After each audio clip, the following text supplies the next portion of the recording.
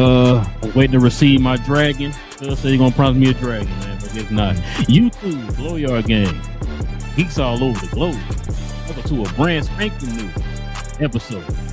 Because we geek. We talk about all things in the geek culture involving movies and television. You guys already know, man. We do this every Tuesday evening, Saturday morning, man, as we get our geek on.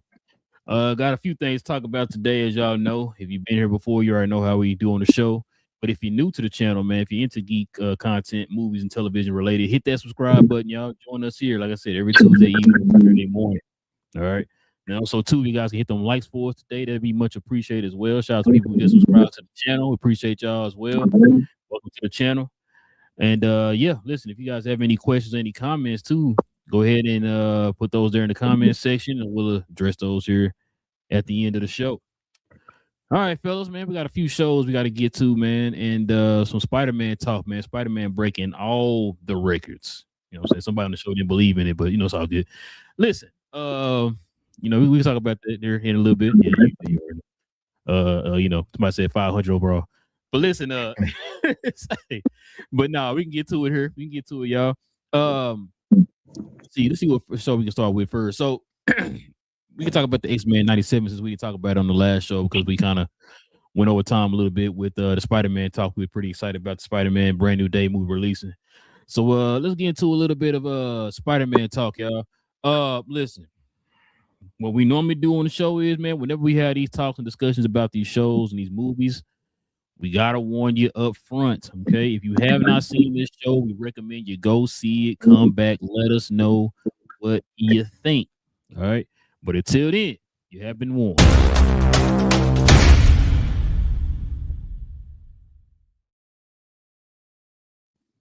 Spoilers. Spoilers. Yes, sir. Listen, y'all, we talking about X-Men 97 episode 7. Okay, got that right. I'm Ron Burgundy. I wait on BJ to correct me. But yeah, episode 7. Okay. So how many is total? Like 9, right? Yep, 9. Okay. So yeah, episode 7. So what we normally do, we kind of give you our thoughts, and then we have our overall discussion of the episode or the movie or whatever it is, and then we give you our Kaioken rating at the end. BJ, what's your thoughts, man, on episode 7 of X-Men 97? Bars. I was surprised that we made it to the Savage Land, you know. But hey, they just see. I'm wondering what they're gonna do after this. They trying to put it all in this season. You know what I mean? They going everywhere. They doing the age of past, future, and you know, they're just doing everything. They got Kang showing up as so. Like I said, they just doing everything all in one. They're gonna do the Phoenix in the next episode, I guess. They're just gonna speed run the rest of it all. So, but. No, I mean it's cool. Like I said, we got to see Savage Land. We got to see, you know, Will's favorite character, Graydon Creed, old boy's son, acting up. Not why he hates on his brother and sister. I ain't figure out because you know I know he hates all mutants and all that, but Nightcrawler and Rogue ain't nothing to do with all that. So I don't know why he acts like he just can't stand them. But you know, because they're mutants. What's it to mom and dad? Are we sure that he's not a mutant? Are we sure he ain't got no mutant powers? Yeah, because it would have came forth by the time he was 13. Or maybe he actually has them. He just don't want to show them. I don't know how to use it. His mutant power is white power. I'll let you go. I'm gonna let you say it. Huh? I'm gonna let you say that. I mean, what they gonna come for me? Oh no. No, like I said, it was cool. Like I said, I like how it went down. I did not like Creed being able to shoot old boy Exodus at the end after that was kind of cheap. So also the fact they were trying to like threaten Charles because Charles left the country and moved to another country and started his little X Corp, and they were like, "Don't think just because you left the country that we can't." I'm like, well, he kind of did get away, so I don't know what you think you're gonna do. You know what I mean? I'm like, I don't know what these hollow threats. Besides the fact that they got all the powers in the world between their crew, so you know, what did my boy Charles say? I feel a swell of pity for anybody who comes here to start trouble. So they can bring it. unless they bring their own mutants. But I didn't. They lost old girl in the last episode in the danger room. I'm saying as far as the government agents, they lost Magneto's daughter because she went back to Polaris. So, like I said, I don't know what other heavy hitters they really got going for them right now. What you mean with Austin? Yeah, but she went from X-Force to X-Men. Oh, I thought you meant the X-Men lost. That's what we thought you were talking about. I was talking about the government, like their roster. I'm with you, Big J. I'm with you, Big J. But you know what's crazy? And I said that too because when he looked at them when she was standing on that stage talking about Charles and think they can kind of get away and all that stuff, and I'm like, damn, X-Force is kind of dwindling. They down to 4 people now. Come here, what's his boy name? Forge left years ago. Or left a while, not years ago, but a while back or whatever. So they down to like 4 of them now. So that's gonna be interesting. So like I said, but we'll see. But it was good. What do you think about it, BA? Well, I like different parts throughout the episode. One, I'm kind of liking the Polaris Bishop angle here. I wasn't feeling it the last episode, but old girl took her her harness off and just dove straight after my man outside the aircraft they was on. I was like, yeah, you only do that to somebody you love. It is what it is. They just haven't gone that far in saying that yet. It was zero hesitation on that front. So that was interesting. I looked twice at that. But just the whole Nightcrawler situation with his brother, and Colossus as well, and Exodus. These 4 and the way they was going back and forth. It didn't seem like a kid's show anymore. This was very politically charged. You can definitely see other overtones when it comes to that type of rhetoric. You look at somebody like, why are you still supporting someone that hates your kind?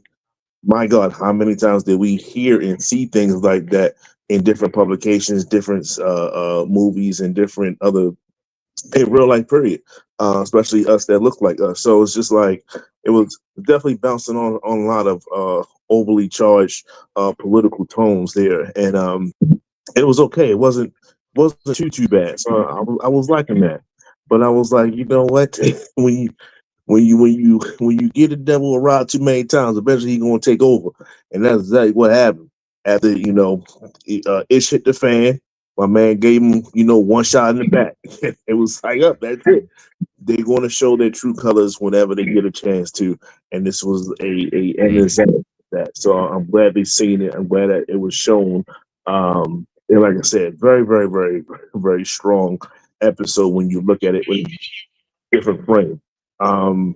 Also, the ending of it when Colossus pretty much said Ilya would have forgave or whatever like that, meaning like you did your job, Nightcrawler. I still, I'm not letting this go, but she would have, and that's what it was all about. And now Colossus is a part of the team. Yeah, cuz. It was a decent episode. Nightcrawler is one of my favorite X-Men. So like he was going to be one of the primary parts of it. Was definitely excited for it. Trial was pretty interesting. I think he did make a good case, but yeah, like Foster said, you did your part. There's nothing you could do about it. I wasn't going to give him that innocence, but you did your part. You played your part. You played your part. But overall good episode. It was fun to watch. I feel that the tone is a little bit different. What you mean? Compared, I feel like we're beyond the Bo DeMayo episodes. So do you think that the tone that between Bo DeMayo and I forgot the other guy? Do you think I feel like the tones are different? I just think a lot more is in stake. Okay. Oh yeah. You started getting even more serious as time goes on. I think it's still the same tone. It's just things are getting more real as time goes on. Okay. Yeah, but yeah, overall good episode. That's at first was okay with the season moving pretty quickly, but that seems like it's going even faster. Like BJ said, they've gone to so many areas within. I didn't think so. Hold on. Oh, I thought it was. somewhere else. I thought they was like building that up in the ruins of Genosha, but excuse me, I could be wrong. 'Cause I know it's not the Savage Land. They went to the Savage Land, so I know when that one did. But I think this engine also got that glimpse, man, going into the next season. I don't know if it's the next episode or it might be the episode, the last episode. Might be a 2-parter again, where Gambit is back now.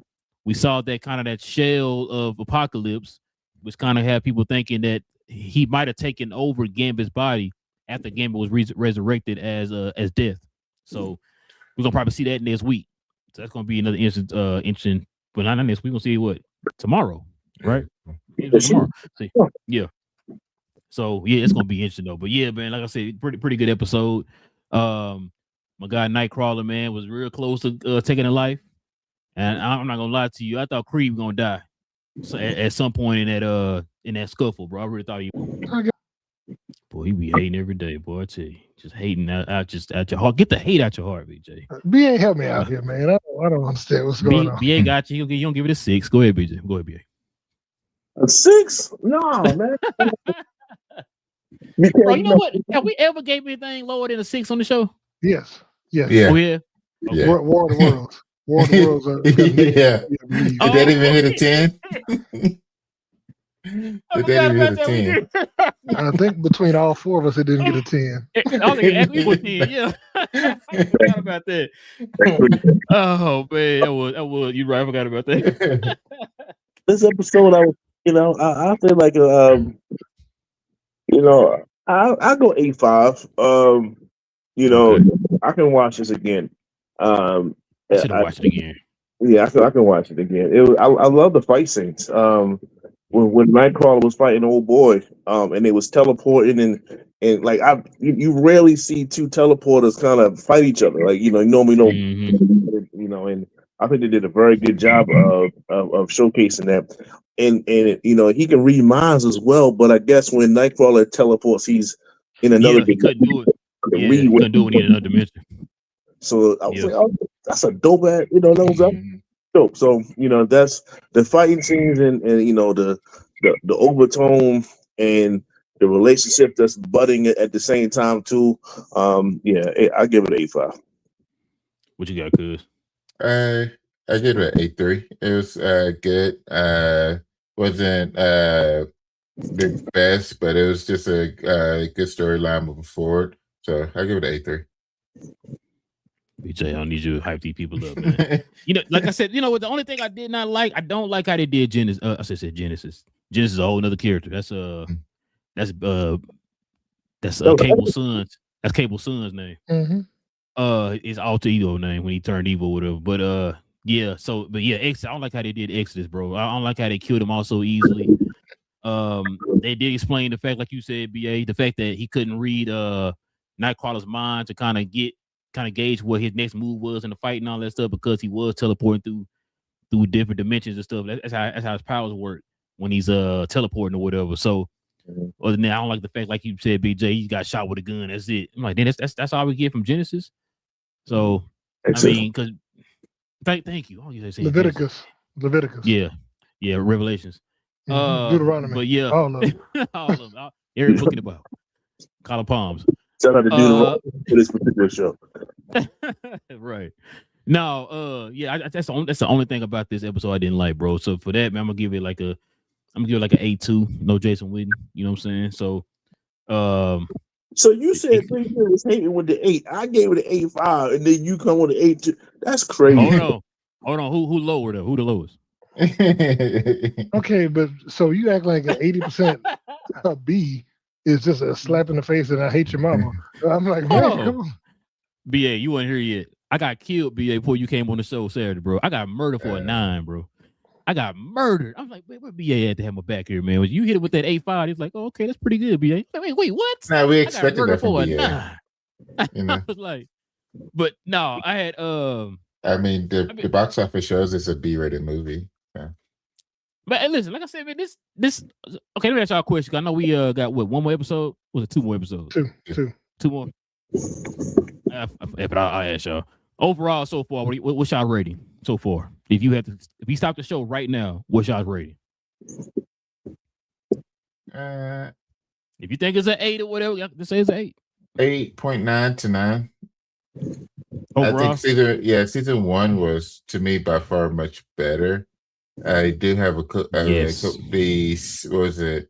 Episode 3, I think it was. 2 and 3 were really good, but season 1 overall was much better. Oh, and 4. Remember 4? That's the one when Nino died. All right. That's what I was trying to remember. So it'd be yeah. So that Probably one like- and the one before. So y'all Probably want 2, Mayo 3, to come back 4. is what it sounds like. That's what I'm hearing. You said what? So y'all want Bo de Mayo to come back is what I'm hearing. Well, I mean, So, if everything gets figured out with what he did, I wouldn't mind. Whatever it was. yeah, I don't think he's coming back. Whatever it was, get that figured out and give us back our top notch X-Men. You have a better chance of seeing Jonathan Majors again than before you see Bo de Mayo. Do we though? I mean, Jonathan Majors cost them hundreds of millions of dollars. Yeah, you probably got a better chance of Jonathan Majors. Because remember they had to do the rewrites, bringing in Robert Downey Jr. Robert by himself is what was his sign on? A couple 100 million, 500 million. Yeah, 100 million. Yeah, 100 million. So that right there, and then you have to rewrite. So you have to bring in more writers. Have to change the whole storyline of the MCU. That's hundreds of millions of dollars. But actually, Golden cost them hundreds of millions of dollars. You gotta think about it too, like this too, because a lot of that was self-inflicting because they didn't do the character right. Yeah. From the get-go. But oh yeah. Because now, remember, Jonathan Major's not in the public bashing Marvel. You know what I'm saying? Like Bo de Mayo is every chance he get. You know what I'm saying? So that's why I say like, nah, man, I don't see Bo coming back. Yeah, you're right. But no, I was gonna say, I see what you're saying though. I kind of agree with you. I know what BJ want to hear. Oh yes, season 1 better than season 2. BJ, it's just better. It's just it felt like it was more like each episode was a cliffhanger at a point. It seemed like, and it's just like, yo, what happened in this episode is gonna lead directly in the next episode, so forth. With this one, it feels like individual episodes. Like this episode felt like an individual episode. It didn't feel like it was something that's gonna lead into a greater story. It's just like, yeah, you know what I mean? It felt like this story was a self-contained story. The Wolverine story we saw, right, when he got his claws, I mean, his metal back and everything, that was a self-contained story. It felt like it wasn't anything like 1 through 4. Yes, that felt cohesive or whatever, right? But it's like 5 to 7 is like it felt like individual stories, and then it's like we get back to episode 8. Okay, now we back to the main story, what it kind of feels like in that sense. But I guess overall probably like an 8.5. I mean, the episodes are good. It's just like I said, it's just a different type of pace to the story from season 1 to season 2, in my opinion. But what you think, BJ? For this season, like I said, for all the issues we had, like with the first 3 episodes feeling rushed, not taking time to establish the storylines in those first 3. That bottle episode with Wolverine goes on an excursion, lying to everybody to get his claws back. You know, I didn't like that episode at all. I mean, I liked you didn't like it at all. No, I didn't like the point of that episode because we just came off of Magneto dying, and then we're like, "Hey guys, look over here," and I was like, "I'm saying, yeah." The tone felt weird. I know they wanted to do like a palate cleanser. Yeah, I guess so, but it's just like we didn't get a palate cleanser at the Gambit. It's Gambit You say what? Gambit ain't Magneto either. But Gambit one of the main characters of the X-Men of the show. But he ain't Magneto. He not be Magneto, but he's still one of the main characters.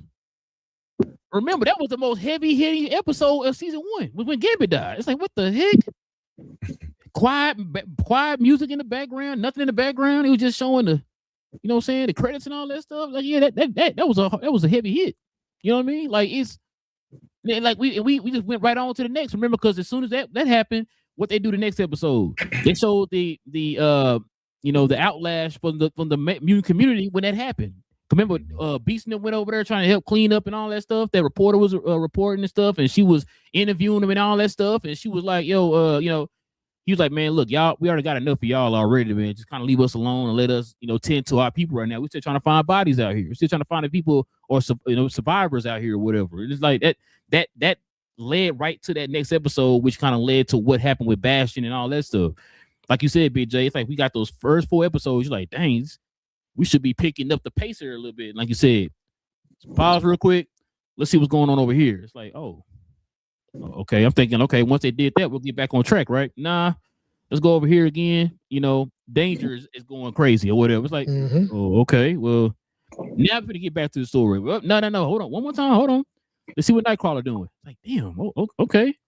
But we just had this whole 4 episode with Apocalypse. What Apocalypse at? You know what I'm saying? Like, dude just sitting here chilling, waiting on y'all to get y'all story out the way. Okay, now it's my turn. Let me get in here and get my story on. You know what I mean? But it's what it kind of feels like. That's why I was like, this season seems more disjointed than in the past. And maybe because it was a single showrunner that had a single theme and thought process behind what he wanted to accomplish. But this seems like they're just kind of, let's do the Savage Land too, because we ain't been there before. And hey, you know what I'm saying? Let's go back to Weapon X. It was the Savage Land like 3 times in the original. So yeah. It's just like I said, they just seem to be just kind of speed running this. So I would say this season I'd give it like a 7.5 overall for the season. Damn. Okay. Still not bad, but like I said, it's not. No. It's one of those cases I can't be mad at what you giving, because I mean what do I have to argue on? You know what I mean? I would agree that it's definitely off putting a little bit.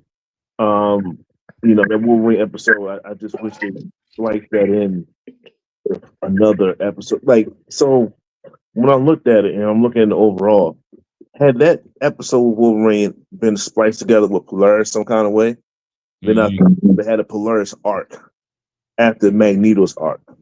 And then that's what you could have played on.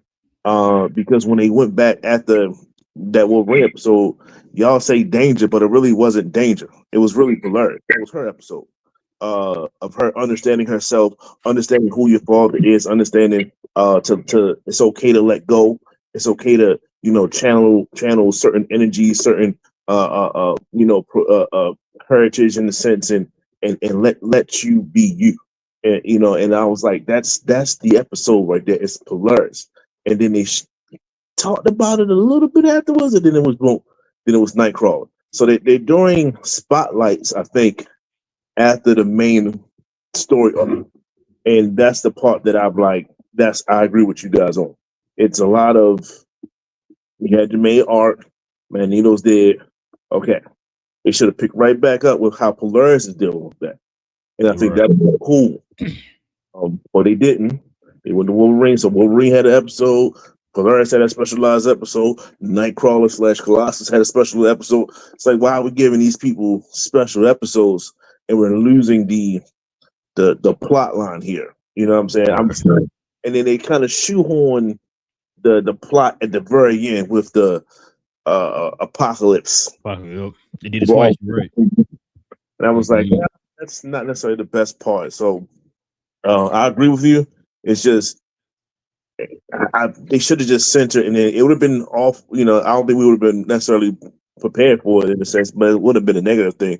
You know, I think Polaris should have had like a 3-episode arc covering majority of that, and then that's would have been like, okay, you were from Magneto to his daughter in a sense that has his skill set, his power set. And I'm like, damn, like that's cool. So now let's get Polaris some love that the average person don't know nothing about Polaris. You know what I mean? We do, but the average person don't. So that would have been good for them and stuff like that. But they didn't. They chose to go the route they want to go to. And now let's see if they can stick the landing. That can save the season, in my opinion. I am going towards Jay, but I'm not there yet. Because I do like the individual episodes. I was actually a fan of the Wolverine episode. So I guess I'm at an 8 with the consensus. And let's just see how they stick the landing. No, I kind of figure y'all's numbers will be around there. Because like I said, I'm between you and Big J, BA. I agree with what Big J is saying. I do agree. Like, I can admit, like, look, the first season flowed a little bit better compared to this. What we're seeing, what you just said, BA, it kind of goes back to the whole 30-minute episodes and maybe adding a couple more episodes just to give it time to kind of flush those stories out the way that they should be flushed out, like you said with the Polaris, right? Or if you're gonna do it within each episode, you kind of stretch the episode out to about maybe 45 minutes, extra 15 minutes on there, so that way you can not only fit in Polaris' story, but you can squeeze in Wolverine's story at the same time. Kind of like, hey, what's going on over here this time? What's going on over here at that time? You know what I mean? So correct. So I'm saying, so that's why I kind of was hoping they were doing, because like I know first season we weren't complaining about we wanted more minutes, but we didn't see it as a problem when it was 30 minutes in the first season. But like you said, what you just said, B, is perfect. Like you said, if you're gonna do it that way, you either need to add extra episodes or just stretch the episodes out further. Because technically it's less than 30 minutes, to be honest with you. You know what I'm saying? Because you got credits for like 5 minutes. So it's like 25 minutes or whatever the case is. So yeah, that's why I'm but I mean I'm with y'all. I'm like around an 8.3, somewhere around there. You know what I'm saying, for the season so far, man. Hey, we could probably change my mind with the last 2 episodes. We'll get, Gambit and Apocalypse and all that stuff. We'll see how that go. But all right, y'all, let's turn the page here and get to some dragon talk. We got House of Dragons, episode 7. Man, because you already caught up with the book? Yeah, I'm caught up. Okay, what was your thoughts on episode 7, man? It was good. So I was wrong when I was talking about the end of a previous episode about Corliss. He was taking. I said that too. And that's why I said, yeah. I told you ain't it. Yeah, we didn't see nobody. You did call it about the "Who are you" at the end. They did snatch a finger up off of him and sent it to the sun. The sheep stealer getting jumped was wild. Josh's theory about that. So supposedly, sheep stealer might be pregnant. That might have been on that powder that you saw behind what's her name? Old girl and the boy. It wasn't poop. That was a nest for the eggs. Which is why you saw sheep stealer kind of like backing up. Didn't use any flames or anything. Being protective. Just saw that today. Shout out to my wife. But yeah. Oh, okay. Yeah, that makes a lot of sense, man. Overall, episode was good. You had we gotta keep it short. Okay, so I had Sunfire popping back up. That beginning with Amond and thought he was with Allison. It's like, what is happening right now? I saw that it was like House of Dragons was crazy for that. Yeah. Like that was crazy. And then you got the first coward to flip over to Ormond, the first Dragon Rider, the first coward to do it. So I wonder if they're going to show the other one where he flipped, how much of a brute he will be, because I think that will be pretty a good part of the story. Because right now they just have him kind of like misunderstood or whatnot. But I hope that they actually show him as a brute as well. But overall, it was a good episode. Just seeing how Rhaenyra's having a tough time with trusting the people around her, and that's going to have a huge stake at how much worse it gets for her. It was a good episode though, overall. What you got, BA? I think it was a really good episode. It's a lot to hit on. The dance of the dragons themselves. Like, this is the first time I've seen like dragons kind of interact like that, and it started to think like they don't control these dragons at all. Like that's the wool they have on Westeros. They keep saying it to Targaryens. They can kind of tell them what to do, but even you can trace different paths throughout the series. When Lucerys got killed by Aemon's dragon Viscera, like Viscera, like that was Viscera. That was the dragon that did. Aemon just wanted to scare him. You know what I'm saying? He didn't want to chop his body in half and all this stuff. Like, he didn't want to let the dragon decided to do that. And, it's just different iterations where it's like, yeah, like these dragons are a little bit different. And I feel like the people are matching the dragons versus the dragons matching the people and everything. And it's like, And what you saw was when Sheep Stealer was getting pressed by Rhaenyra's dragon, like Rhaenyra's dragon was about to die. Like Yeah. and you can see that that's like a screenshot of maybe this could be your future. Like you think you have a control on everything, but you really don't. And you're going to see the world around you start to crumble, and it's already happening as we go along within the same episode. You know what I mean? So maybe she probably, hindsight's everything. When she had the tactical advantage of the dragons, she don't know that off dragon is, jumping size and stuff like that. She don't know that. But when you had 6 strong, you should just did what Damon said and go town by town and just wrecking havoc because you had an advantage. Yeah, you gonna get talked about in the first 3 to 6 months, but then after that, it's all smooth sailing. You know what I mean? Because no one can press you. You know what I mean? And I think that this is what's happening within as we go along, and it just this whole episode and that when they were just interacting, I said, "Yo, her dragon is getting destroyed." It wasn't the fact The other one wasn't there. The other 2 wasn't there, boys. Just man. So that would have been a straight dramatic hit to her whole thing. And it was that. It's like I said, Ormond is playing to decide. Like, look, man, I'll give you what you want. You can take the little Cordis, the I forget the name of it, but yeah, I can get you the waterfront property. Basically, you ain't got. I'm giving you the waterfront property. And of course that's all at once. And like Rhaenyra, how do you not see that? How do you not see what these guys really want? Like you're treating them like they're supposed to 100% be for you, and they just came out of nowhere to claim dragons. You feel me? Like they don't feel your plot your plight like that. They randoms. You know what I mean? So she's failing at that, and you could just see just the different levels of her failing throughout the whole entire season, and that was one. Aemon, I told y'all Aemon, I'm starting to flip. Like yo, Aemon's starting to be my favorite character. And love the fact that he humbled himself to cleaning up crap and stuff like that, to saying like, yo, I don't care if I'm disfigured. I don't care about none of that. I am a noble elk. Like I am him. I am the king. I don't care anymore. And I'm going to treat myself as that.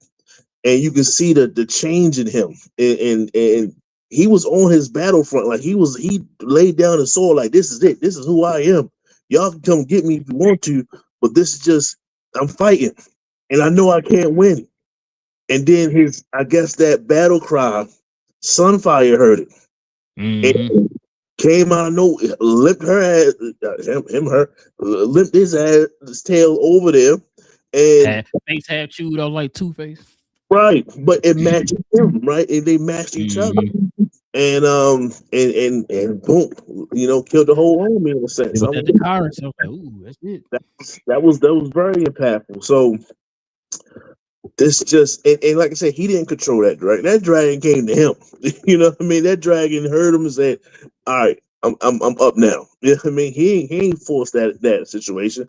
So these dragons are really running the show. And I think this is the one episode that kind of proved that. And it's just it's just ever twining to Tumbleton. So that's and it should be a lot of people. That's just it's one of those. It's gonna be one of those episodes.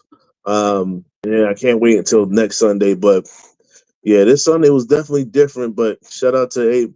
I'm not even gonna talk about Aegon and that whole opening scene.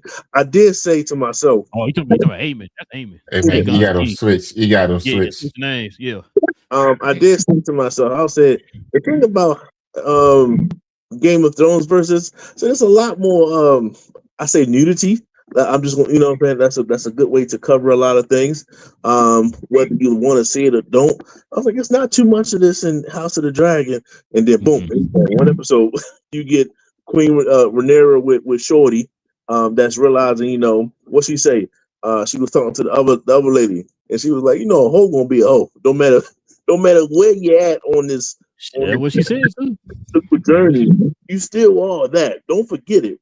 So I guess she said F it, and like, you're right. So let me do what they tend to do. And she's consoling the queen in that situation. And then, you know, Eamon having whatever it is that he wanted to have, and don't know who it is that is. You know what I said? I shouldn't have thought that process, and then I would have probably maybe avoided that scene that happened in the very next episode. So I blame myself for the future writings of that particular episode that I had no idea that they had rolled into it. But it's just another good episode. I had no major issues with it. And then I've never seen dragons interact like that. So very, very well done, HBO and the cinematic team. Bro, what's Damon's daughter's name that rode Sheep Stealer? What's her name? What was her name? Raina. Oh, Raina. Bro,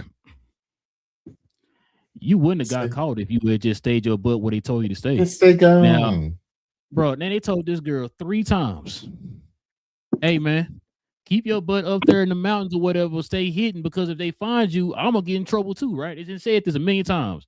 She out here all in the open flying like she free. And all of a sudden you see what's standing like, hey, man, that sheep's still over there flying over there over the herds or whatever. It's like, she's like, oh, I'm trying to find Vhagar. What you going to do? Like, come on, man. That was stupid on her part. You ain't going to talk about, I can't be cooped up for too long. First of all, that was your idea. Second, it's like this does not just affect you, it affects everybody. You know what I'm saying? A lot of people who are attached to you, whatever, right? So I ain't gonna lie to you. I thought Rhaenyra gonna kill her right there. I'm not gonna lie to y'all. That's not an MO though. You know what I mean? She's very passive. And I also too, I don't think she was gonna do it. I'm about to say, if you looked at that scene when they was all together, and once the dragon started to kind of take over, she actually went over there to save her. Yeah, she did. You know what I mean? No, she did. She did. Cause I was gonna say, I wonder if things would have been different if Daemon wasn't there. Like if they had to go told her, hey, you know, sheep's still over here. Daemon was nowhere to be found around that whole situation. I wonder if things would have been different. Because she kind of walked up on her like she was angry, like she about to catch some hands, right? And then that's when Daemon kept pleading with her, like, yo, you know, she didn't know any better, all that stuff. And so that's when she still, like I said, she still started kind of acting defensive because it seemed like she might be, you know, protecting some eggs or whatever. And so that part kind of got me. It's like, man, they told you a million times stay hidden, and you out here just all in the open flying, bro. That's the part that got me. Yeah, Renee, what's her name? The queen name? I'm blanking on the names. I'm getting names mixed up. Rhaenyra. Thank you, Rhaenyra. Yeah, she so supposedly, man. Y'all can I could tell that delusion, or what they call that. It's not called dragon curse. What is it called? They go mad. Yeah. You know what I'm saying? Like it's starting to kick in because she woke her sister up. You know what I'm saying? Helena out of a sleep, asking her about a dream and all that stuff. What did you see? You see this? You see that? Sticking to her like, man, what is wrong with you? You know what I'm saying? Like we starting to see it. So, cause you right. We're starting to see her slowly slip. You know what I mean? And kind of lose her grip and start to lose a little bit of her power. Because you start to lose a lot of your allies. Like you said, we got 1.5 dragon riders that's turning on you right now. We already knew old boy was gonna turn on her. He trash.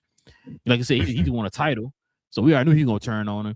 You know, telling what the Sea King's son's gonna do, and old boy who's trying to save his wife out there in that at Tumbleton or whatever. You know what I'm saying? We don't know what that situation gonna be. He might mess around and be upset or whatever and turn on her or whatever. We don't know.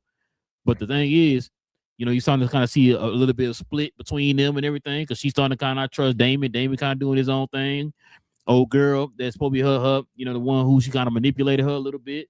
She kind of doing her own thing a little bit, but like Rhaenyra kind of know that for herself. Like, yo, I feel like you trying to do some stuff too, because you keep trying to split, trying to pin me and Daemon against each other or whatever, right? So yeah, it's a lot going on. But because I don't even know if you got to the part where for next episode, supposedly, man, it's gonna be an all out like war, bro. Like it's gonna be a lot of folks dying. So I got through where I think the part that I got through should be the lead up into the beginning of next season. That's how far I got. So that's why I was telling your sister like that it's just gonna be a S show, guys. This season finale is gonna Bruh. be all bad. It's gonna be all bad.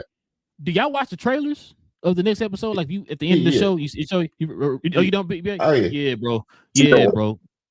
Oh yeah. Yeah. As soon as the show end, I Fast fast forward track to it. yeah. Yeah, immediately. Every time Let she me see fast what's forward right to happening. the end. Let's see what's happening on the next episode, bro. Because that's when I was like, damn. I said, yeah, it's about to get real the next episode. Because this right here literally set up that next episode. When you see people, stuff starting to kind of fall into place. Next episode, taking right off. Like you said, Aegon's dragon came back, which I heard people saying it was the thin rise and that he was hibernating to kind of recover and all that stuff. Cause like you said, half his face chewed off. You know what I'm saying? So you said what? He was basically they purposely put two scenes together. They had Sunfire looking like a dragon that was sleeping, and then Corliss's wife, her dragon, slain over the wall in a sense. Remember they chopped the head off, but the body was decaying. You can see the physical decay from the dragon, and they put those. Oh, it was that like was her dragon.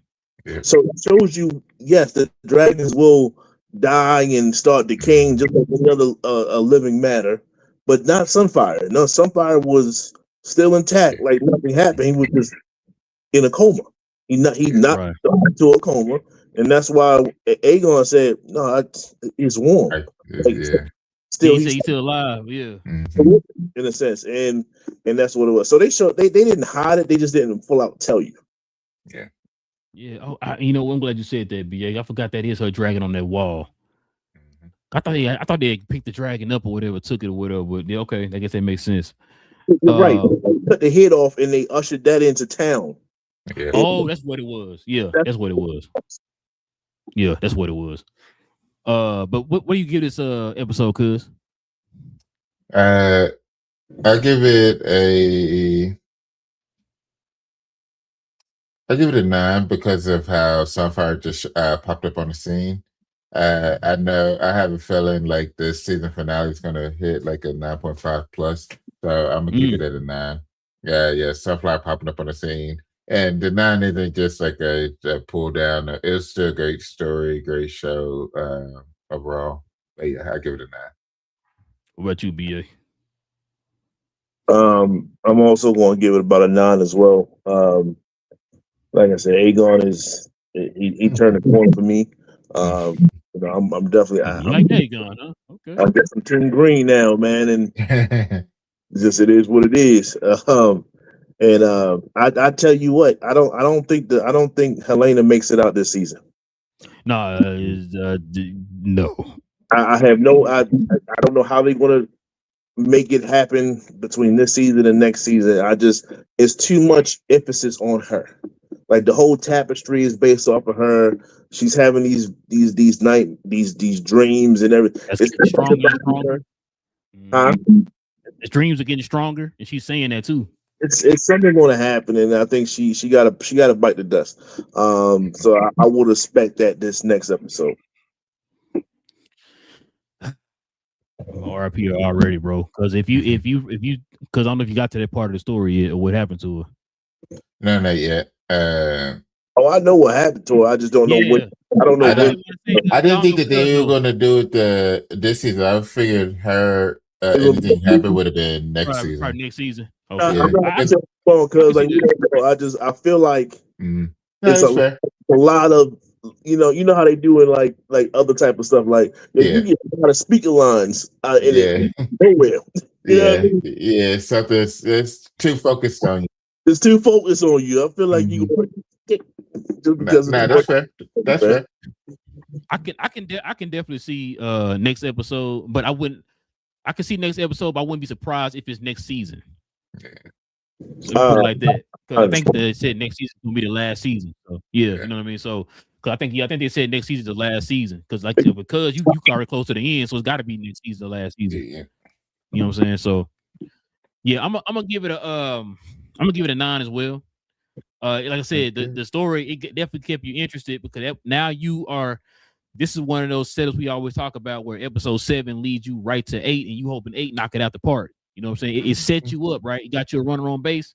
Now I need the 8th episode to get me home or whatever, right? So that's what we kind of hope it's gonna be with this one. But I think it will. I think it will. The last 2 episodes, I think your boy Sir Christian, bro, you saw him parade his head around the town or whatever. Like I think we're getting there, man. And I don't want to say too much because from what I heard, because I know you haven't got to that part yet in the book, but I think y'all are gonna be satisfied with some folks getting what they deserve. And put it like that. Okay. There's gonna be some people. I got a lot of driving this weekend, so I'll get caught up, or I'll get pretty far there. So yeah. But y'all got one more show to get to. Let's get to the Cape Crusader. So check this out. Last season, the first season got a 94%. This season got an 88% for season 2. So I'm gonna get y'all thoughts on it. BJ, you watched it, right? I'm getting caught up. I'm almost done season 1. So I started watching over the weekend. So you cool with us talking about it? Yeah, go ahead. So you cool with us doing?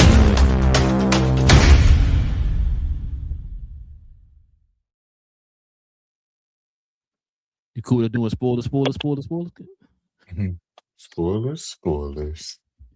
What you got, Cuz? What you think about season 2? It was fun. I like how this Joker was maniacal, and it made me a lot more nervous than other versions of Joker. Like the other versions of Joker was more of your chaos. He was either a thug or a chaos agent. This one was maniacal, planned out.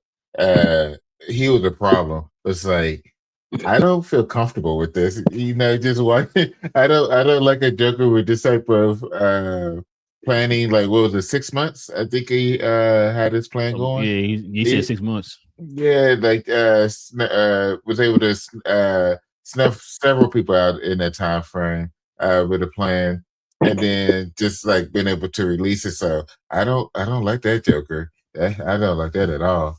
Riddler was of course crazy. I like how with this style of it, the noir style to it, it changes their style. So like your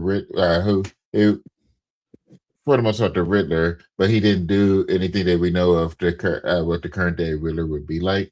It was just one riddle. Exactly. And that was like, how you gonna catch this bullet? But he was just shooting up everything and just power hungry. And then couldn't really be trusted by his own folks because he had no problem stuffing them out. It's like basically dead man don't tell no tales type of guy. And then Poison Ivy, she came through, put him down, and then just dipped out and was like, I'm good. I did what I wanted to do. That's all I wanted to do. So it was a good season. Just overall, it was a good season. It also felt like this is what we were asking for this season in X-Men 97 as far as the continued storyline. Like it was a continued storyline all the way through. Even though Batman had to deal with different people, it was still an overall storyline that you could feel throughout, an overarching storyline. And that's what had you locked in from the beginning of the season to the end of it, was the overall season. And then the Joker. As soon as they showed him in the background in the shadows, I say, oh man, this is going to be crazy. Because first one was the gang, the boss. He that had won the square case, snatched him up immediately. So, but yeah, just overall, it was a good season. I can see where, it's always really tough for these type of shows to hit the how the first season went, but still, 88 for it. It's still really good for it. It was a good season. What you got, B? I didn't see it. I didn't finish it. What? Right. Did you get started on it? I did. I saw like the first couple episodes. Yeah. Well, Off is when like, when you get to the Joker, so if you get to it by Saturday, I wanna pick well, your brain on it. I will definitely get to it by Saturday. I guess what throws me off is the whole, like you said, the Riddler thing. Like in the limited scenes that I did see of him, like he is like it's a whole different vibe. Like it's not like Yeah, boy. kill everybody. What you killing for? Like Cuz. like second, like where's the riddles at? Like where's the Hey, nah, you heard that one dude said? He said the reason why they called him the Riddler because he Riddler in cap with bullets. Yeah, That's why. I was like, wait a minute. When I heard that, I said, wait, what? I said, okay, I see it, but damn. That and it makes perfect sense because that's how yeah. Like I have a riddle for you. I'm gonna riddle you with bullets and I'm like, Jesus. So it's crazy. I'm with you though, BA. I said the same thing. I said, where the riddles at? Like, I'm thinking like, okay, maybe he gonna like start throwing some riddles or whatever. He did like one riddle when he had threw that grenade in the truck or whatever. And I'm like, so then when the I think it was a police officer or whatever, when they like put him on the board, saying that, who they going after and all that, and who he is and all that. And they were like, yeah, they called him the Riddler because he was riddling cats with bullets. I'm like, damn, kind of fire, bro. But that made that dude crazy, bro. Yeah, he's psycho. Description. I say that. That's just bruh. That was, I ain't gonna lie to you. They of course they try to ground the people in this universe or whatever, make it more kind of realistic, like Cuz says, boy, that noir type feel. Because Mad Hatter, instead of Mad Hatter wearing a hat that control people, it does kind of like what the media does today, where it control people through the media or whatever. That's kind of what the Mad Hatter were doing in the show. Like I said, the Riddler, instead of telling jokes, he's riddling you with bullets, right? The Joker is not like you said, Joker is not like the laughing, I'm a, these funny gags or whatever to get you, whatever. It's like the dude's like cruel and calculated. He's just out of his mind, but very, very, very calculated when he does stuff, that type of stuff. And so, yeah, bro, it was a pretty good season. Like I will admit, season 1 was better than season 2. I will admit that, but I'm not gonna go too far. Like I know Big J and them ain't finished it yet, so we'll probably talk about a little bit more about it on Saturday. But yeah, let's turn the page here, fellas. Let's go and get to this main topic, man. Let's get into it.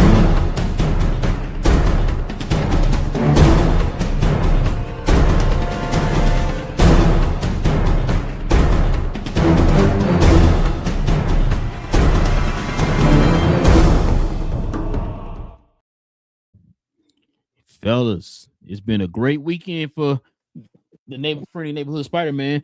Kevin Feige was asked where the post-credit scene of Spider-Man Brand New Day leads. I think we talked about it on the show. We didn't get the post-credit. Excuse me. He says another very well-known Marvel franchise created by Stan Lee and Jack Kirby. I still don't get that, but it is what it is.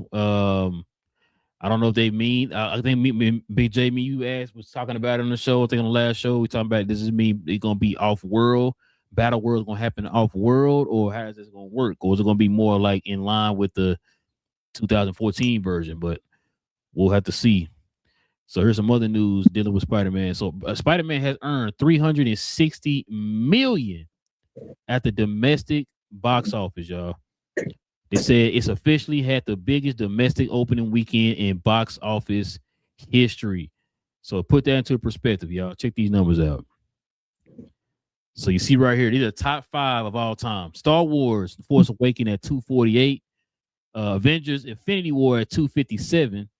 For Spider-Man No Way Home at 260. Avengers Endgame was at 357. That was the highest. And now Spider-Man Brand New Day has passed it up at 360. And I'm not talking about a full circle either. So those are the numbers for that.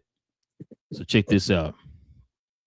So Spider-Man Brand New Day dethrones Avengers Endgame domestic opening and also too. Globally speaking, it has reached over $1 billion at the global market within, I think it was like 4 days or something like that. So that's worldwide. It's already at $1 billion. But Crazy numbers, fellas. Crazy numbers. BJ, get your thoughts on this, man. First of all, I'm gonna get Cuz his props. He did say 3. He did say he's gonna pass up what's the name? So I'll give him his props. He did say that. Boy, So, BJ. like I said, I'm happy the movie's doing well. You know, for some reason, people associate my thoughts on things as hatred, but no, I can tell you, when I saw the movie, what I tell y'all, then I say, hey, Will, you gonna give my score on that one? Because I love the movie, and once again, I love good products, and all I want to do is if I rank something low, it's not because I hate it, it's because I want them to give us the best quality product, because I want us to keep being able to go see stuff like this. I don't want them to just give us any kind of crap and say, here you go, take that, be happy. I want them to give us the best quality stuff, and we see what happens when they do. When they give us high quality, we show up, we give them all our money, and they all happy. Now they're gonna learn the lesson, or they're gonna be like, you know what?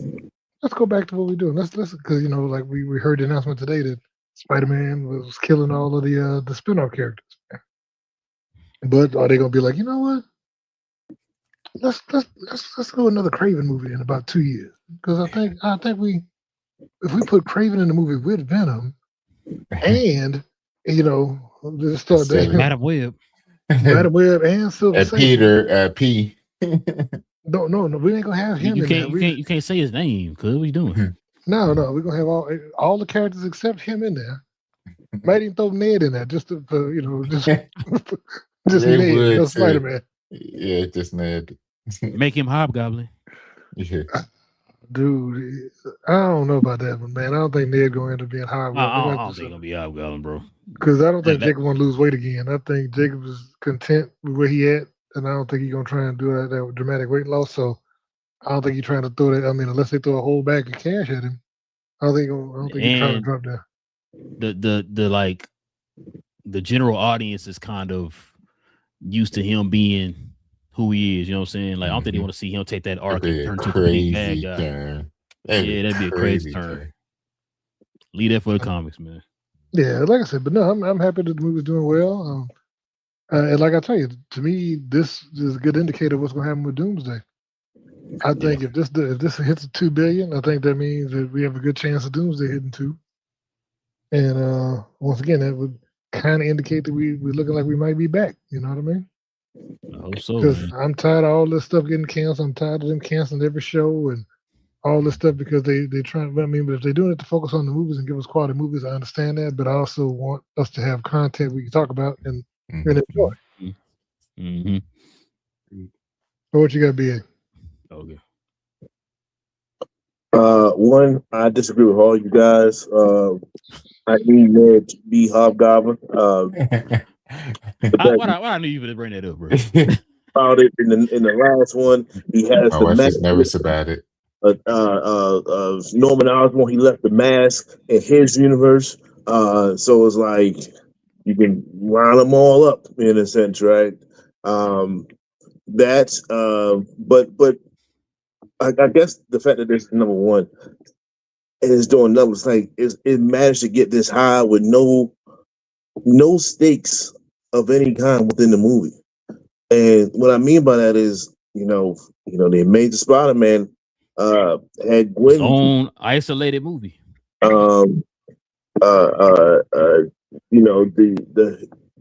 His aunt died in the last one. In a sense, there was no deaths in this movie.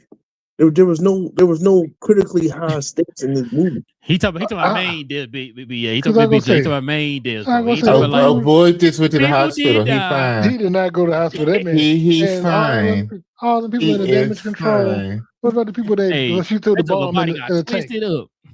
Okay, hold on. What about the tank that blew up in damage control? Nobody died. Everybody got out. Yeah, everybody got out. Oh, okay. Everybody got out. It was kind of like Joker and Dark Knight.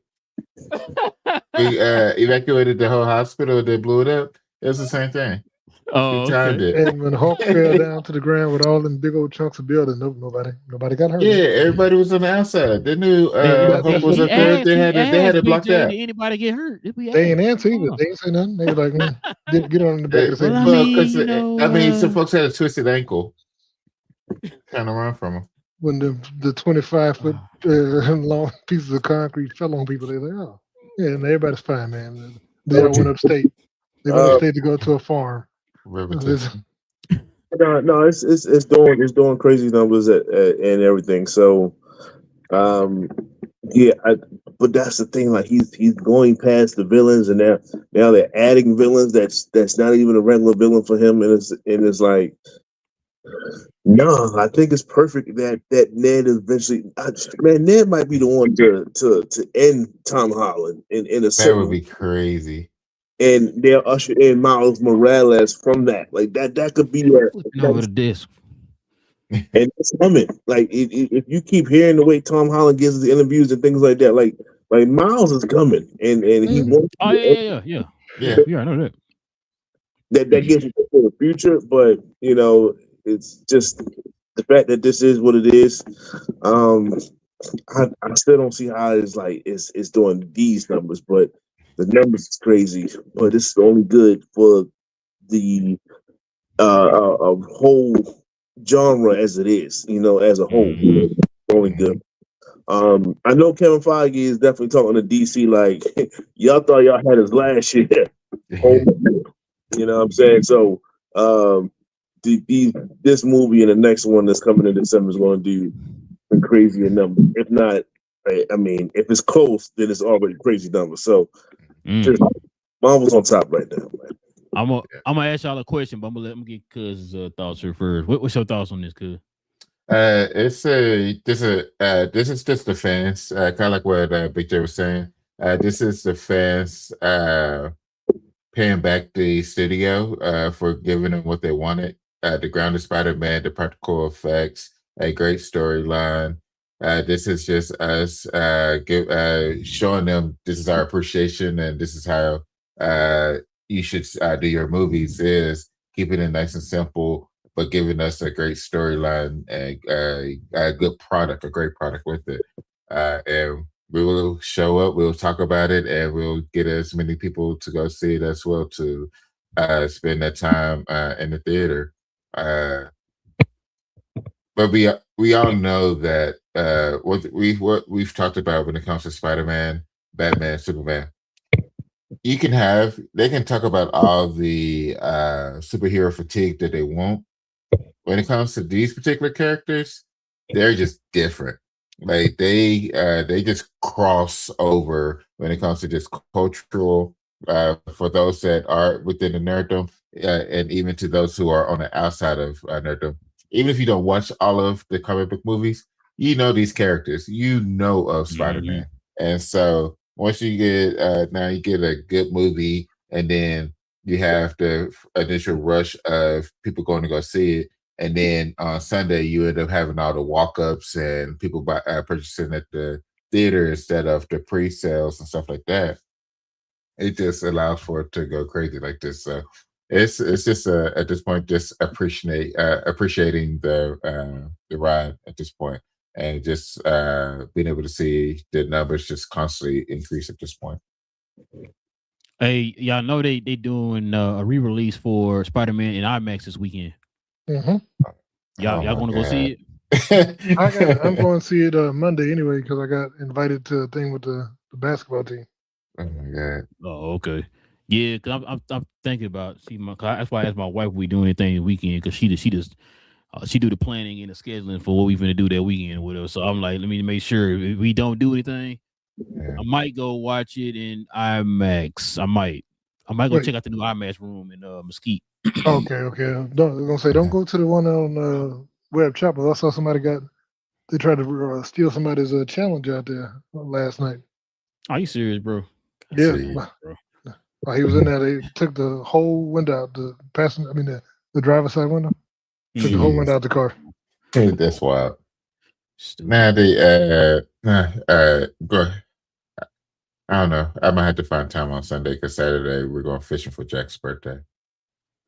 Oh wait, JJ birthday Saturday? It's next week. He starts school on Wednesday, and then his birthday's on Thursday. Yeah, he don't start school because he still wearing diapers. We're not doing that. Nah, listen. That's what I'm about to say. Man, ask y'all this question now. Y'all better not dodge it, Big J. You better. Matter of fact, you better. You know what? I might give you a chance later on. But for right now, Big J, I need y'all to call it right now. Is this going to do better numbers than Doomsday? Okay, Big J said, "Oh, that was quick. You want to think about that before you said it? You sticking with it? I've thought about it before. I don't think it will. I think this one's going to probably do. I think this one will do probably 2.1 to 2.2 billion at this point. We got him. We got Big J on the side. I gave him 85 chances to change his number. Yeah, it took a while. It took him a while. BA, we finally got him. He on our side now. I can admit if I did wrong, but I'm looking at the data, man. We already at 4 days in, we had over $1 billion. So I think what's. I'm sorry, BJ, and to kind of continue what you just said. You said it too. You looked at the schedule. There's nothing behind this movie like that. No, for the next month. Now, I don't think it's gonna stay. I don't think it'll hold on like what's the name? Endgame. No, Odyssey did. Odyssey, because remember it had almost had the lowest drop in history of a movie that started off over 200 million domestic.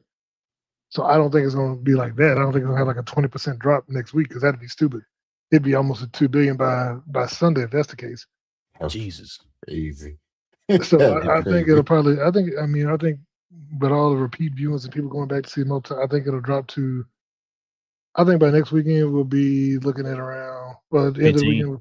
For 1.5. Yeah, about 1.5. Yeah, about 1.5 at the end of the week. Jesus, boy, that's crazy. She's telling me in 2 weeks he can make $1 billion, nearly $1 billion. Well, somebody pointed out earlier. 3. We'll give it 3 weeks. Yeah, 3 weeks. Okay, I'll give you 3 weeks. Yeah. But somebody just said, I saw somebody posted earlier, like it's already earned more than all of the DCU movies.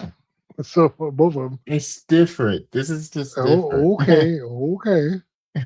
I mean, shoot, it's by the time it finishes, it'll made more than the whole DCEU run. Yeah. All the movies put together. Yeah, it's incredible. Which is insane. Yeah. Well, actually, this has made more than because No Way Home was part of Phase 4 and 5. If you take that out, this will probably make more than all the Phase 4 and 5 movies put together. 4 and 5. Yeah. But you gotta take No Way Home out. No, it wouldn't. How about what else? It was 3. It was in 3. No Way Home, I thought was the first one in 4. Cause remember, 3 was Endgame. 3 was Endgame. Yeah. It was the first one after Endgame, I thought. Yeah, No Way Home.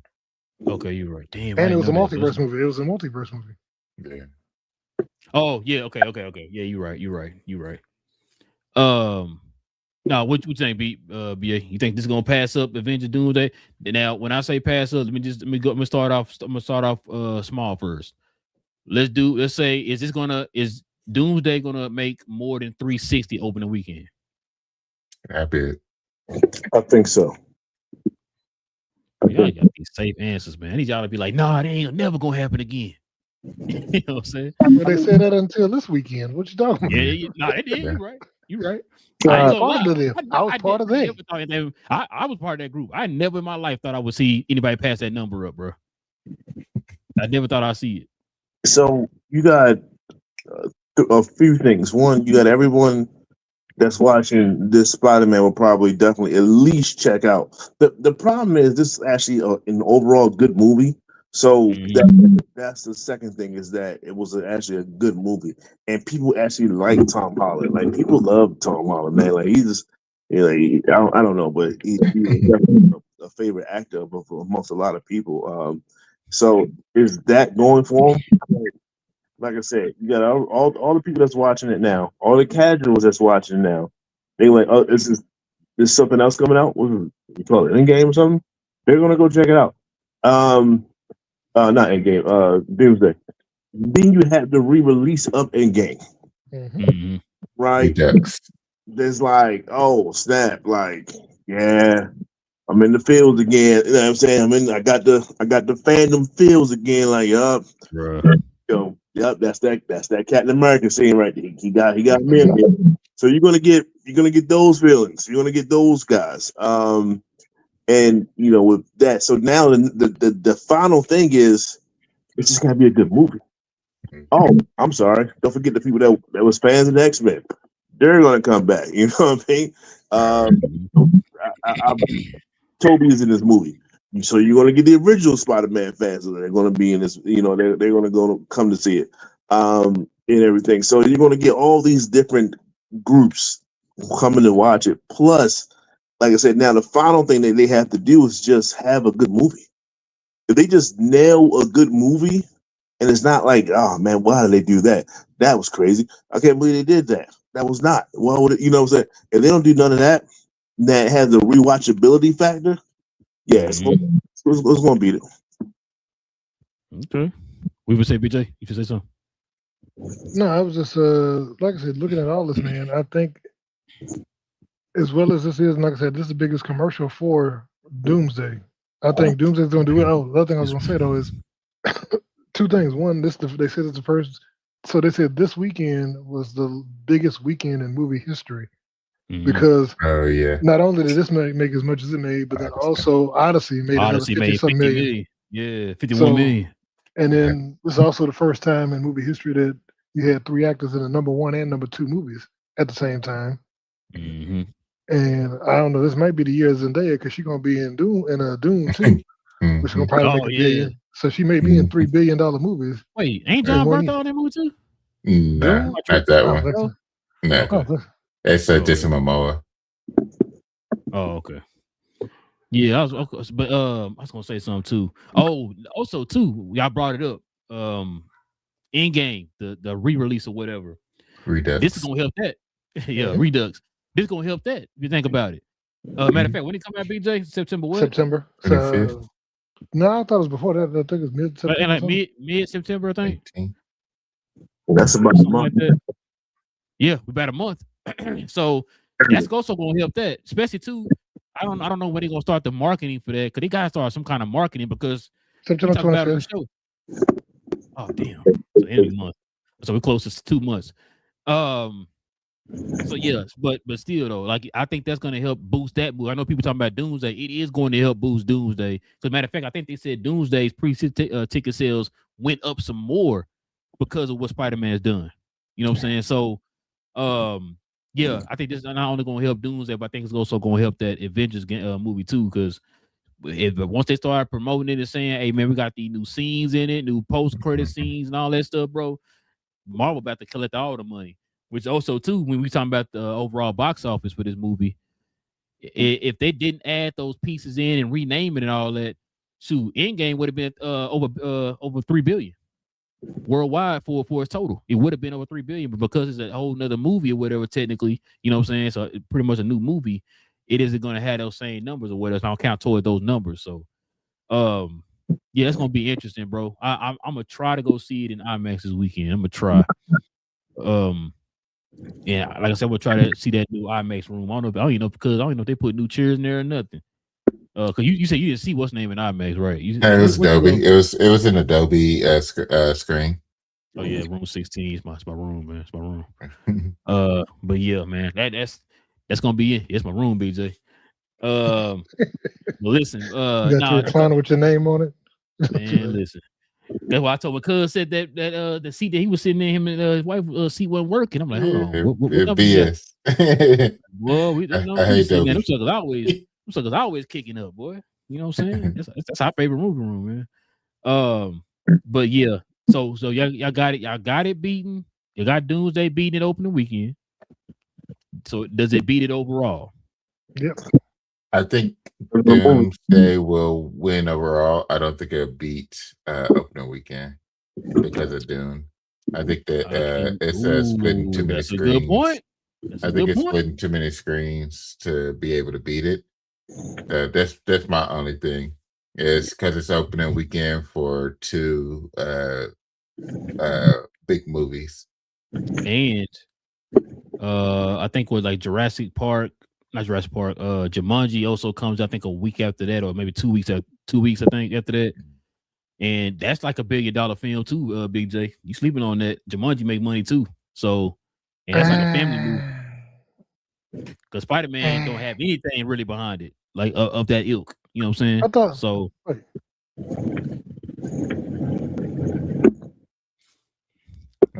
That's what I said. Like opening weekend, it might not beat it, but afterwards, as people get time to go see Overall. it, I think overall it will beat Brandon Day, just not opening weekend.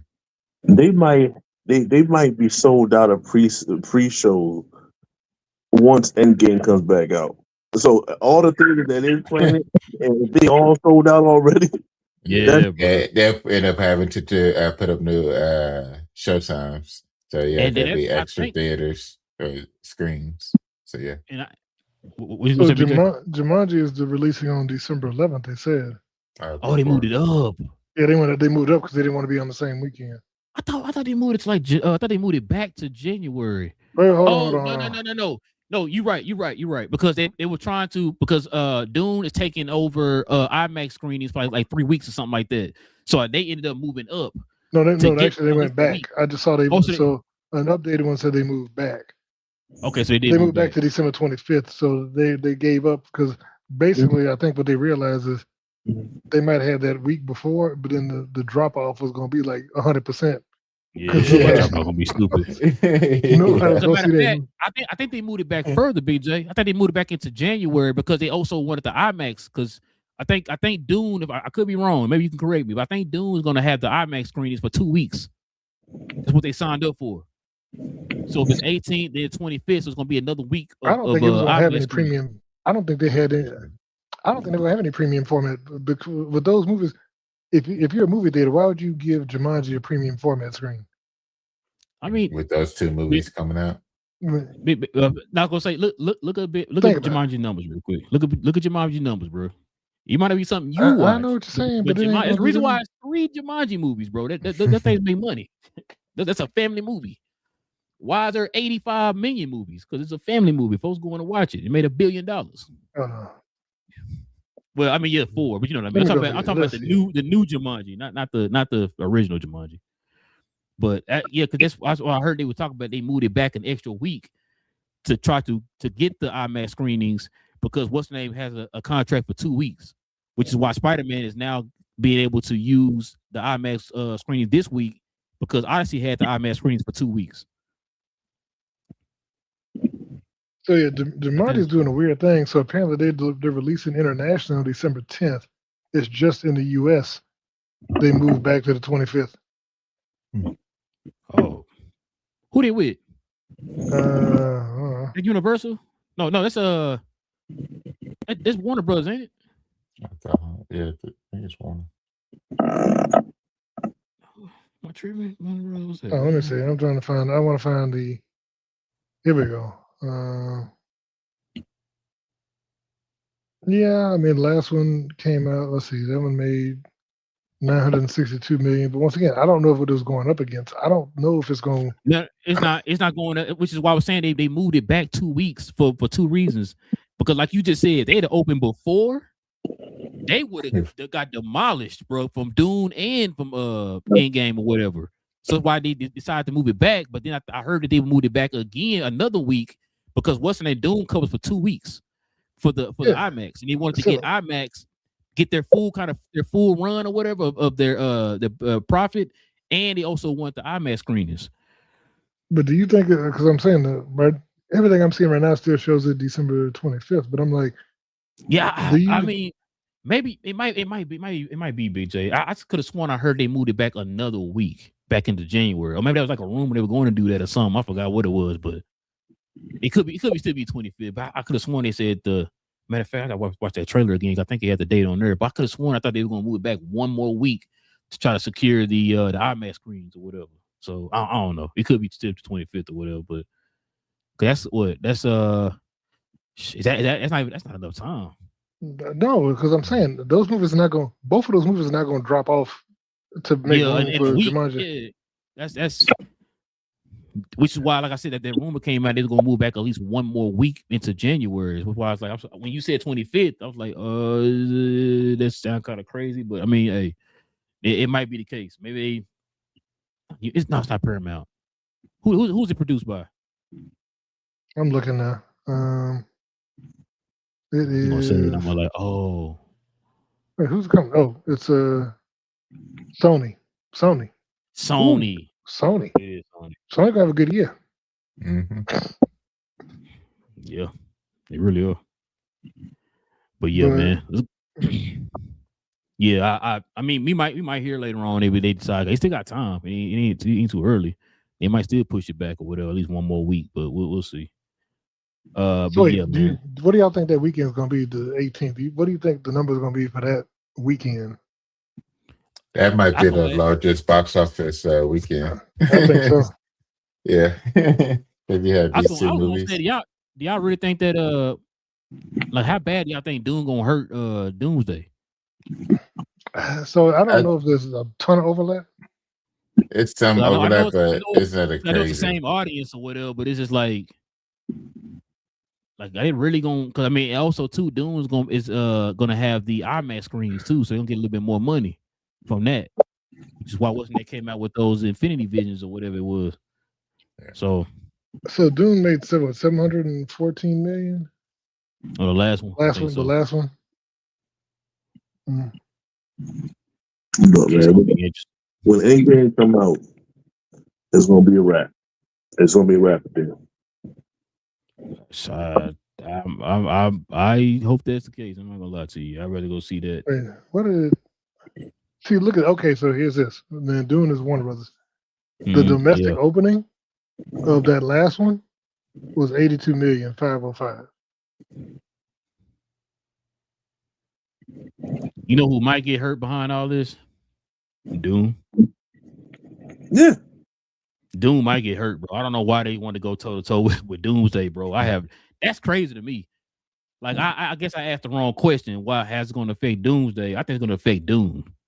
And we're gonna look back at this like folks gonna be like, why did Doom not move their schedule? Because remember, Doom say, nope, we stay where we at. We already secured our IMAX screens and all that type of stuff. And it's like, bro, y'all, you sure you don't want to? This is Avengers. This is an Avenger movie. You sure you want to go toe to toe with Avengers? But it ain't my studio, so I mean, do what you do, I guess. I mean, we know that Warner Bros. is known for their amazing decisions. So yeah, we're gonna see how that turned out for him, bro. But I would at least moved back 2 weeks or something, or maybe moved up 2 weeks, because I don't even know if anything like that coming out in November that's gonna hurt. That would have hurt Doom. You know what I mean? So I don't know, because November is pretty known for for movies and all that stuff. They pretty much that whole like the end of November going into like the end of like December is pretty much known for holiday seasons for movies and stuff. So they would still been fine. But all right, y'all, let's turn the page, man. Let's get to these questions, these comments, fellas. We can call it a night.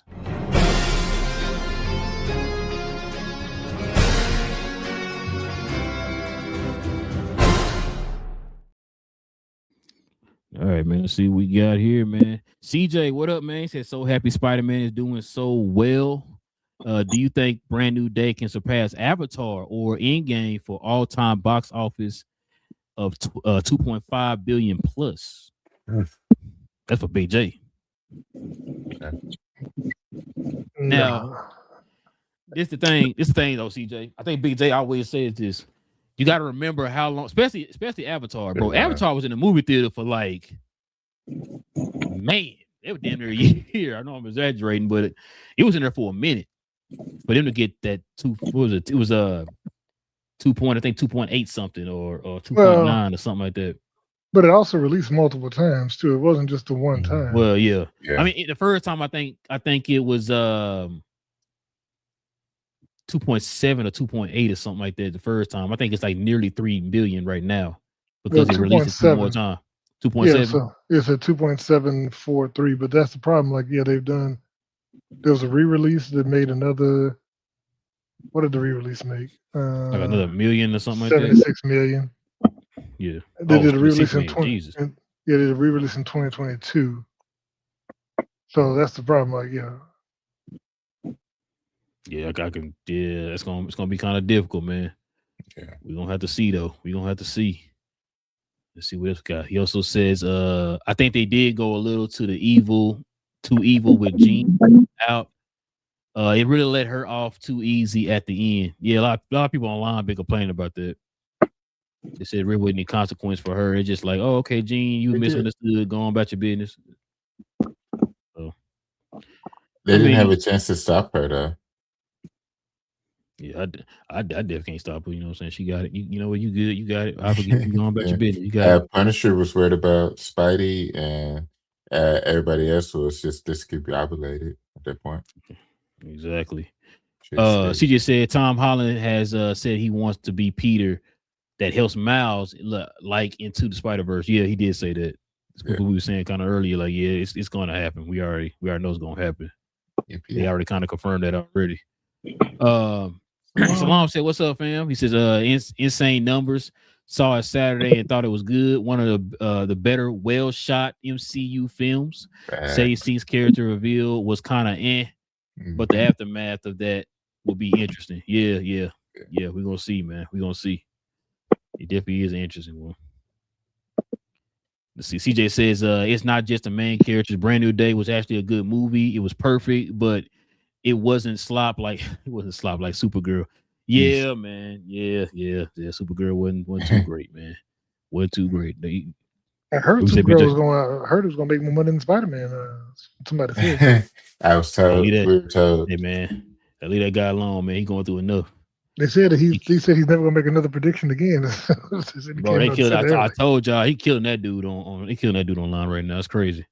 CJ says, and just think, Brand New Day broke records without being in IMAX. Yes, that part. And it's going to be added to IMAX soon. Yeah, getting added this weekend. And I told BJ, I asked him when we asked him about the overall box office. I said, remember, it made 1.9 without China. Yeah, that's without China. You know what I'm saying? It made 1.9. So you say it right. Now, you gotta say it like your boy. Oh my God, China. But yeah, it made 1.9, so I can see it definitely making over 2. See, it says the gun jammed. Yeah, man. Hey, he got what, 2 more months, and we're gonna see what happened with Clayface. CJ says, do you think Sony Marvel pivot to make Spider-Man the absolute core of the MCU going forward now that he showed he can beat in-game numbers solo? Go ahead, BJ.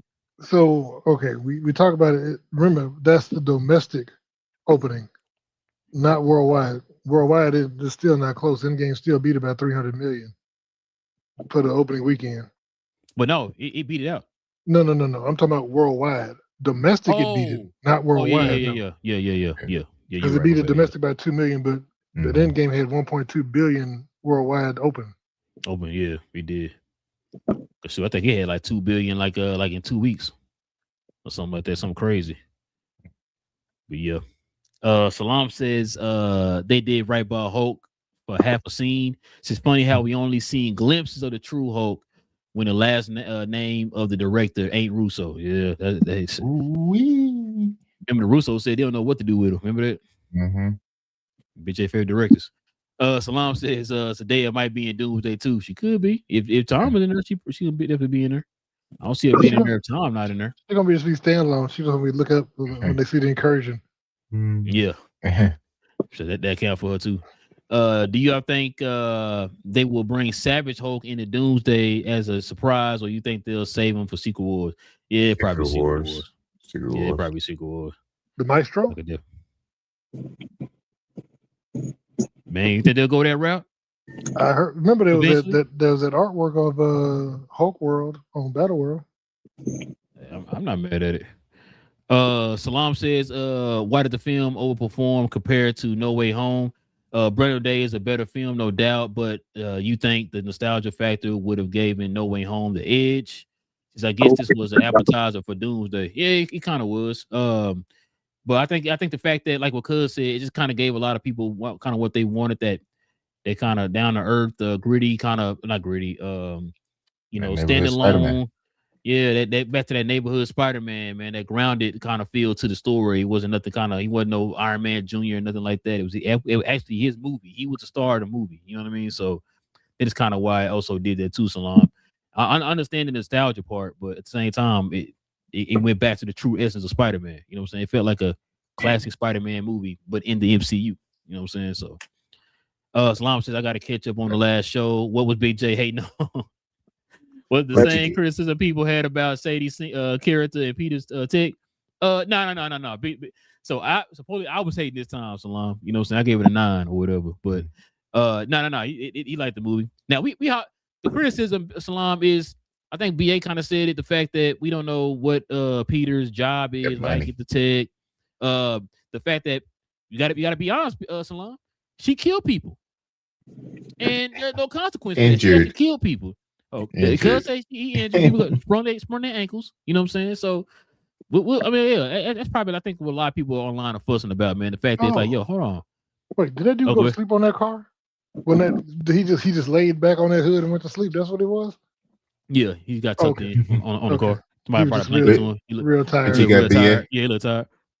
What you got, BA? Huh? What you got? What I get? What? I thought you were about to say something on the last question from Salam. Oh no. What question? Why the Brand New Day did better numbers than No Way Home? Oh no, I did say because we were still coming out of COVID during Brand. That was like the first major movie when people started to go back. That was. Yeah, so that was. Still had a lot of people saying, "No, I'm still not going to the movie theater." You know what I mean? So all this is because of Fauci. Shout out to Fauci. I plead the fifth. But yeah, people were still worried about COVID. Hater. Dang, you know what? No, you know what though? Thank you, BA. That's just strengthened my argument even more, BJ. You heard he said it still made 1.9 from COVID, BJ. What's up? Yeah, 2021 December is. Yeah. You know what I'm saying? Like, I'm trying to tell you, bro. Like that's a good point, BA. Thank you. Salam says she killed people, no doubt.